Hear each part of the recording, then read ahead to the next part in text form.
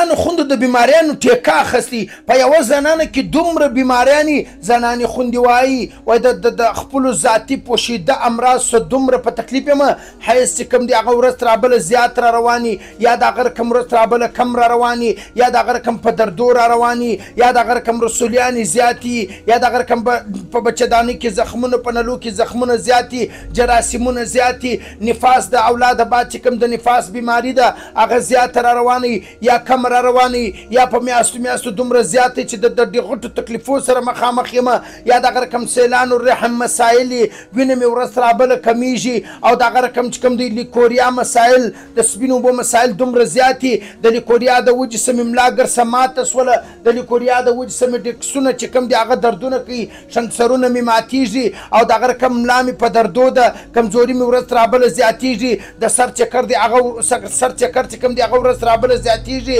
تګ مې په مشکل سره دی ناسته مې په مشکل سره ده ولاړه مې په مشکل سره ده چې څنګه ولاړ سم پر سر مې چکر راځي او د هغه رقم ورځ تر بله د مسایلو سره د پوشیده امراض سره د زنانه امراض سره مخامخ کېږم پریشانیانې مې زیاتې دي اعصاب مې دومره په زور کې دي د زنانې خوندې وایي دغه بیماریانو د وجې مې اعصاب دومره په زور کې دي چې ژوند مې په مشکل سره دی سپین اوبو مسایل زیات دي د هغه رقم د بدن څه بدبوداره مادې چې کومې دي هغه خارج کېږي او د هغه رقم بدن کې سستي چې د هغه زیاته ده بیماریانې ورځ تر بله زیاتېږي او د هغه رقم دغه بیماریانو د وجې څه ګرد بدن خارج کړي د بدن الرجي زیاته ده په بچهدانۍ کې دانې دي او د دغه امراضو د وجې څه مې د بدن پټۍ چې دي هغه کمزوري شولې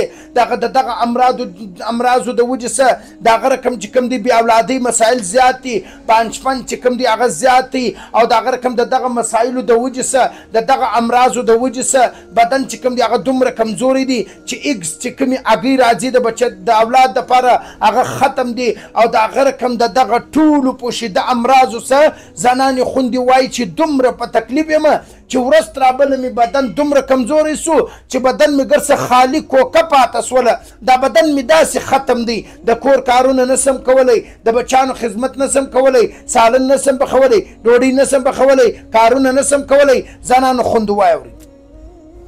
د زنانو خوندو دپاره موږ یو بهترینه فارموله چې د هغه تیاره کړې ده که هر قسم موضوع مرضو سره ته مخامخ یې که په هر قسم مشکل مرضو سره ته مخامخ یې صرف دغه یو پوډر دغه یو کورس دغه یو دوا دا یې عزل دی دا یې عاجل دی داسې به دا بیماري ختم کړي چې ته به ګرڅه دا ونه وایې چې زما ګرڅه بیماریانې ولې که نه ولې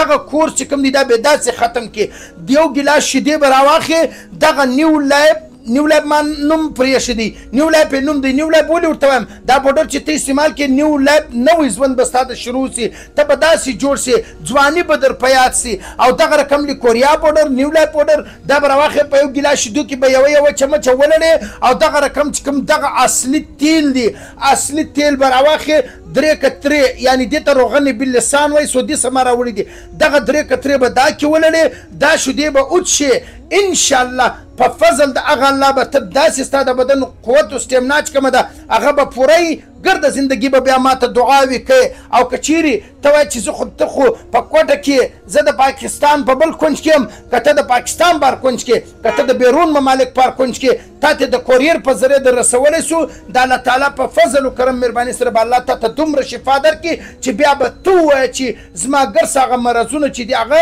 والله نه دومره به الله شفا درکړي